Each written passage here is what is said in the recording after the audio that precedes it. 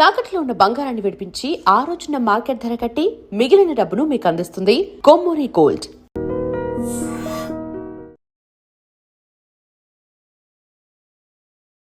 Hi guys, welcome to iter media. SIP systematic investment plan. చాలామంది mutual fund distributors, సిఎఫ్ఏలు ఏం చెప్తూ ఉంటారు, SIP ద్వారా ఇన్వెస్ట్ చేస్తే లాంగ్ టైంలో మీకు అసలు మినిమం ఒక 12% ఇంట్రెస్ట్తో మనకి అమౌంట్ అనేది జనరేట్ అవుతుంది అని చెప్తూ ఉంటారు. అయితే ఎస్ఐపిలో ఇప్పుడు వరకు ఎవరు కూడా ఎస్ఐపి వల్ల నష్టం వచ్చింది అని చెప్పిన వాళ్ళే లేరు. కానీ నిజంగా ఎస్ఐపి వల్ల అసలు లాభం తప్ప నష్టమే లేదంటారా? ఎస్ఐపి అనేది అసలు నష్టం లేని సింపుల్ ప్రాసెస్సా? నిజంగా అలా అనుకుంటే ప్రతి ఒక్కరు చేస్తే లాభాలు పొందుండాలి కదా ఈ పాటికి. అసలు ఎస్ఐపిలో కూడా నష్టాలున్నాయి. కానీ అవి మనం జాగ్రత్తలు తీసుకుంటే తప్పించుకోవచ్చు అంటున్నారు అనిల్ కుమార్ బస్సు గారు, సర్టిఫైడ్ ఫైనాన్షియల్ ప్లానర్. అయితే ఆ డేంజర్ ఏంటో తెలుసుకుందాము. Let's go into the episode. Hi sir. నమస్తే అండి. సిస్టమేటిక్ ఇన్వెస్ట్మెంట్ ప్లాన్ అనగానే ఈ ఎస్ఐపి అనేది చాలా మందికి మనం లాట్ ఆఫ్ వీడియోస్ చేయడం కారణంగా తెలిసింది. సంహౌ ఈ ఫైనాన్షియల్ అవేర్‌నెస్‌లో అది కూడా ఒక భాగంగా మారిందని చెప్పడంలో ఎటువంటి డౌట్ లేదు. అయితే ఈ ఎస్ఐపి అనేది కూడా కొంచెం రిస్కీయే.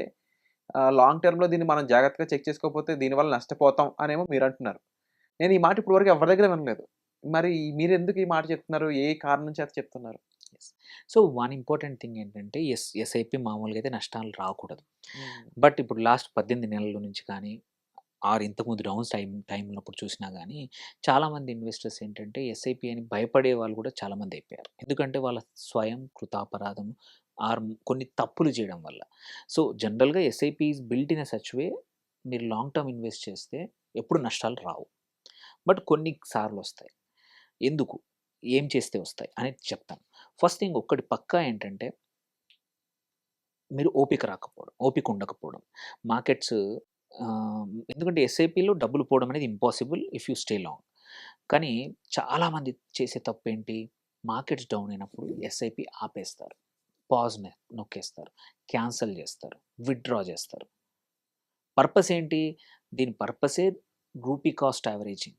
మనము మార్కెట్స్ పెరిగినప్పుడు, పడినప్పుడు 2 సార్లు కొనేదే ఎస్ఐపి. ఏమవుతుంది? నువ్వు ఆ బేసిక్ ప్రిన్సిపుల్‌ని బ్రేక్ చేస్తాం మనం. చాలామందిని చూసాను.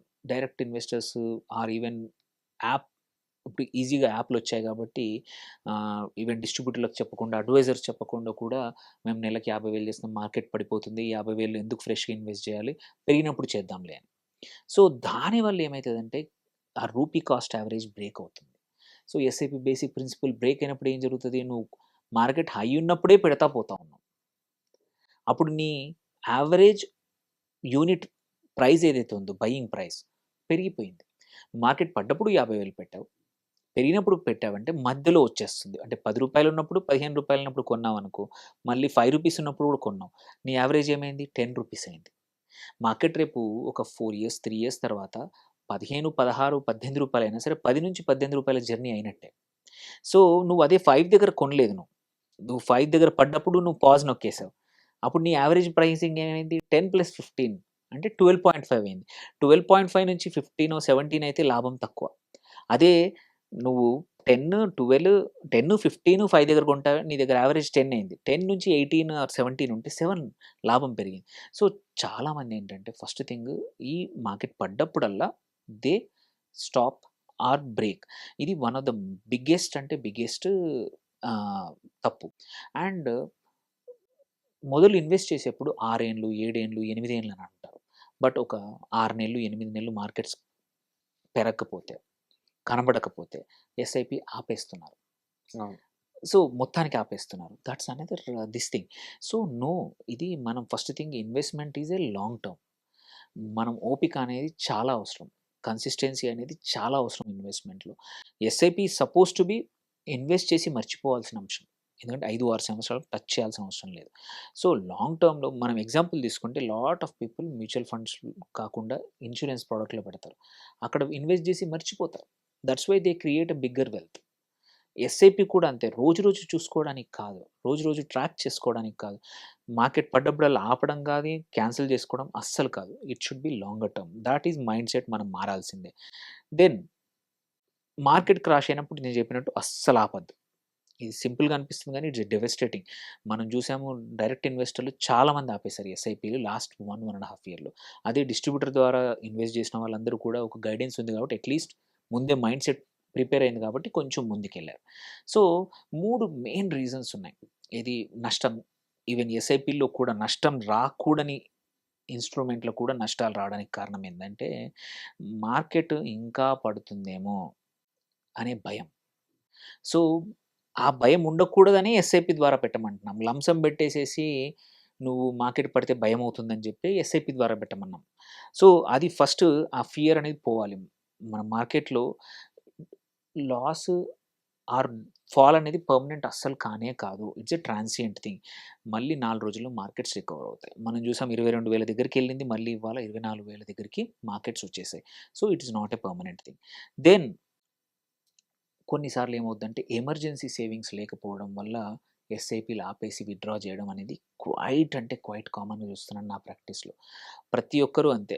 నేను అందుకే emergency savings, emergency savings, emergency savings అనేది మాటికి చెప్పేది ఫైనాన్షియల్ అడ్వైజర్‌గా గానీ, ప్లానర్‌గా గానీ ఏంటంటే 6 నెలల నుంచి 1 ఇయర్ వరకి పెట్టుకోండి. వాటిని మీ ఎమర్జెన్సీ కోసం వాడండి. మిగిలిన ఈ ఎస్ఐపీలు ఏవైతే ఉన్నాయో గోల్ బేస్డ్ పెడుతున్నాము. 6 నెలలకి, 5 సంవత్సరాలకి, 6 సంవత్సరాలకి, 10 సంవత్సరాలకు పిల్లల చదువులకని అని పెడతా ఉంటాం. అది బ్రేక్ చేస్తాం ఫస్ట్ థింగ్. ఎందుకంటే ఇది ఈజీలీ యాక్సెసిబుల్. సో, దానివల్ల గూడా యూ నెవర్ అంటే never see the actual benefit ఏదైతుందో నువ్వు ఎస్ఐపి యొక్క ట్రూ వెల్త్. నేను ఎంతోమంది ఎవరైతే 10 ఇయర్స్ నుంచి ఇన్వెస్ట్ చేసిన వాళ్ళున్నారు. ఇవాళ కూడా వాళ్ళ యావరేజ్ సీఏజీఆర్ తీసుకుంటే 17, 18 ఉంది మార్కెట్ కరెక్ట్ అయ్యాక. కొన్ని కేసుల్లో 23, 24 గూడా ఉంది. ఎందుకంటే డిసిప్లిన్డ్‌గా వాళ్ళు ఇన్వెస్ట్ చేస్తూ మర్చిపోతా ఉన్నారు. That is one thing. Second వచ్చేసి totally wrong fund category or fund selection. ఇది ఎక్కువ డైరెక్ట్ ఇన్వెస్ట్‌మెంట్ వల్ల జరుగుతుందంటారా? అవును. సో, ఇక్కడ గూడా చూసుకుంటే ఏంటంటే, మనం జూసుకుంటే వాళ్ళు ఏది రీసెంట్‌గా బాగా పెర్ఫార్మ్ చేసిందనేది చూస్తారు తప్ప, example last year XYZ funds ఇచ్చాయి మంచిగా. సో, ఇప్పుడు గూడా మనం అది జెయ్యాల్సిందే. అందరూ అదే కనబడతా ఉంది గాబట్టి. బట్ యూ నెవర్ నో ఆ కేటగరీ నెక్స్ట్ ఇయర్ మొత్తం ఆగిపోవచ్చు. ఇప్పుడు విన్నాను సార్ నేను మ్యూచువల్ ఫండ్స్‌లో లాస్ట్ ఇయర్ ఏదైతే పర్ఫార్మ్ చేస్తదో డెఫినెట్‌గా ఈసారైతే టాప్‌లో ఉండదని. Most of the time, most of the time నిజమది. సో, ఎందుకంటే it's a curse to be number 1. Reason ఏంటంటే చాలా డబ్బులొచ్చి పడతాయి. డబ్బులొచ్చి పడ్డప్పుడు ఏమవుతుంది, ఫండ్ మేనేజర్‌కి ఏం చేయాలో తెలియక యావరేజ్ ఇన్వెస్ట్‌మెంట్ చేయాల్సొస్తుంది. ఇంతకుముందు మంచి సెలక్షన్ చేసేవాడు. టూ మచ్ ఫండ్స్ వచ్చినప్పుడు ఏం చేస్తావు? సో, ఏదైనా సరే టూ మచ్ తింటే గూడా మనం అరగకుండా మనం నిద్రపోతాం ఎట్లాగో. సో, సేమ్ ఇది కూడా అంతే. టూ మచ్ ఫండ్స్ ఒకేసారి వచ్చి పడ్డా సరే, it's a problematic to the fund manager. So, then worst ఇది ఫండ్ చాయిస్ అనేది వెరీ ఇంపార్టెంట్ అనమాట. నువ్వు నీ రిస్క్ ప్రొఫైల్ తగ్గట్టు, నీ ఇన్వెస్ట్‌మెంట్ హొరైజన్ తగ్గట్టు నువ్వు ఇన్వెస్ట్ చేయకపోతే, మోస్ట్ ఆఫ్ ద టైమ్ మనం end up in wrong investment అనమాట. సో, అందుకోసమే నువ్వు లాంగ్ టర్మ్‌కైతే స్మాల్ క్యాప్ అంటాము, ఆర్ మిడ్ క్యాప్ అంటాము. షార్ట్ టర్మ్‌కైతే బ్యాలెన్స్డ్ ఆర్ హైబ్రిడ్ అంటాము. డెట్ ఫండ్స్ అంటాము. ఆర్ ఒక 2-3 ఇయర్స్‌కైతే లార్జ్ క్యాప్ అంటాము. సో, నీ మైండ్ సెట్‌కి, నీ ఇన్వెస్ట్‌మెంట్ హొరైజన్ తగ్గట్టు నువ్వు ఫండ్స్ సెలెక్ట్ చేయకుండా చాలామంది రాంగ్ ఎక్స్‌పెక్టేషన్స్‌తో ఎంటర్ అవ్వడం వల్ల అదేదో పెద్ద పెద్ద లాభాలొస్తాయని చెప్పేసేసి, ఆర్ వోలటిలిటీ ఉండదని జెప్పేసి వచ్చి భయపడి నష్టపోయే వాళ్ళు చాలామందున్నారు. అండ్ థర్డ్ వచ్చేసి ఇన్‌ఫ్లేషన్‌ని అందరూ కూడా అండర్‌మైన్ జేస్తారు. అర్థం జేసుకోరు. ఇన్‌ఫ్లేషన్ అనేది మీ సేవింగ్స్‌ని, మీ వాల్యూని పడిపోతుందని తెలీదు. అందుకే ఏం జేస్తారు, కన్జర్వేటివ్‌గా హైబ్రిడ్ ఫండ్స్‌లోనో లేకపోతే డెట్ ఫండ్స్‌లో పెడతారు. పెరుగుతది గానీ, నీకు వాల్యూ యాక్చువల్‌గా యూజ్ అవ్వదు. ఎందుకంటే 6-7% రిటర్న్ వస్తే you don't have returns Rao. So, ఇదొకటి. అండ్ ఇంకొక ఫోర్త్‌ది ఏంటంటే రిడెండెన్సీ. టూ మెనీ ఫండ్స్ ఏది కనబడితే దాంట్లో ఇన్వెస్ట్ చేసేస్తారు. ప్రతి ఎన్ఎఫ్ఓలో చేస్తారు. ప్రతి ఫండ్‌లో చేస్తారు. టూ మచ్ అంటే టూ మచ్ చేస్తారు. దేర్‌బై ఏమైతది, టూ మచ్ డైవర్సిఫికేషన్ అయ్యి ఏ ఫండ్ ఎందుకు 10, 15 మంది కొద్దిమందిని చూస్తాను. ఈ మధ్యలో ఒకరిని చూసాను. రూ. 1000 ఒక్కొక్క ఫండ్‌లో పెట్టి నియర్లీ 40 ఫండ్స్‌లో పెట్టారు. నెలకు 40,000 ఇన్వెస్ట్ చేస్తున్నారు. బట్ 40 ఫండ్స్‌లో.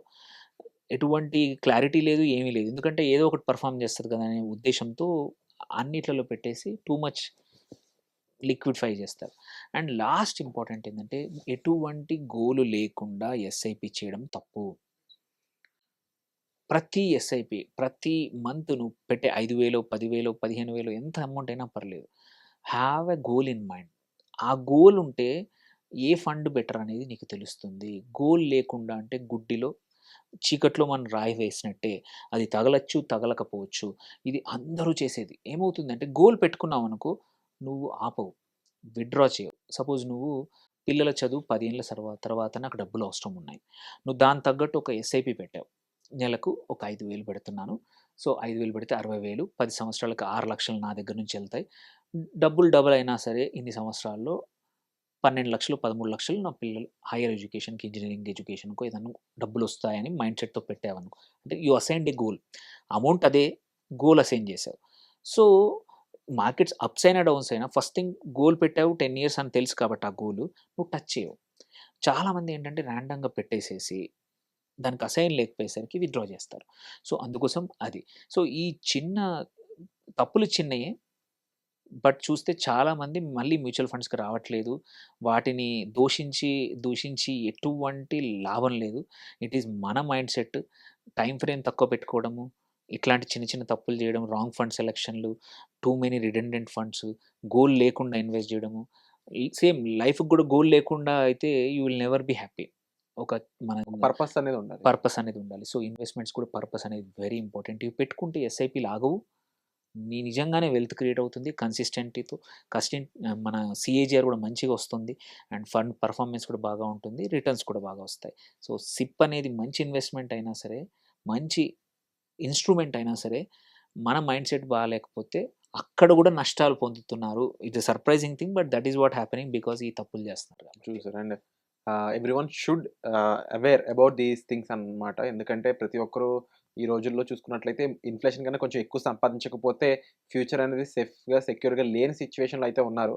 సో, దానికున్న ఒక మేజర్ అండ్ బెటర్ ఆప్షన్ అనేది మ్యూచువల్ ఫండ్స్ 100% నో డౌట్. అలాంటి దాంట్లో ఎస్ఐపి అనేది ఇట్స్ లైక్ సోల్. అలాంటి దాన్ని మనం అర్థం చేసుకొని దానికి తగ్గట్టు బిహేవ్ చేయడం అనేది చాలా ఇంపార్టెంట్. మేజర్‌గా ఈ తప్పులు చేయకూడదు, లేదంటే ఒక గైడెన్స్ కావాలనుకున్నట్లయితే మీరు రెగ్యులర్ ఇన్వెస్ట్‌మెంట్ అనేది ఒక ప్రొఫెషనల్ ద్వారా చేసినట్లయితే మీకు ఒక మంచి అవుట్‌కమ్ కూడా కనిపిస్తుందండి. డైరెక్ట్ ఇన్వెస్ట్‌మెంట్స్, డైరెక్ట్ ఫండ్స్‌లో మీరు పెట్టినప్పుడు ఏమవుతుందంటే because of lacking awareness, lacking knowledge చాలా మంది తప్పులు చేసి దీన్ని కంప్లీట్ ప్రొడక్టే తప్పని అంటున్నారు. సో, దానికి సంబంధించిన ఎక్స్‌ప్లనేషన్ సార్ ఏదైతే ఇచ్చారో it's a best answer we can give that you can understand కూడా.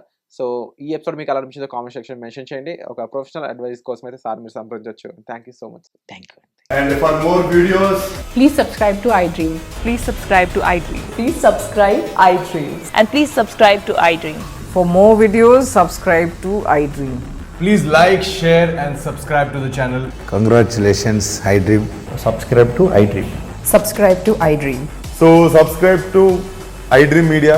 iDream की iDream team अंदर की huge congratulations. Please subscribe iDream Media. Please subscribe to iDream. Subscribe iDream. Please subscribe to iDream. iDream అంటే నా కళల channel subscribe చేసుకున్న నోరు తిరుగుతలేదు. మీరైతే గంట గుర్తు కొట్టండి. For more such videos, please subscribe to iDream. Subscribe to iDream. Please subscribe to iDream. Please subscribe iDream Media. Please do subscribe to iDream. Please subscribe to iDream Media. For best entertainment and information, please subscribe iDream. And don't forget to subscribe to iDream.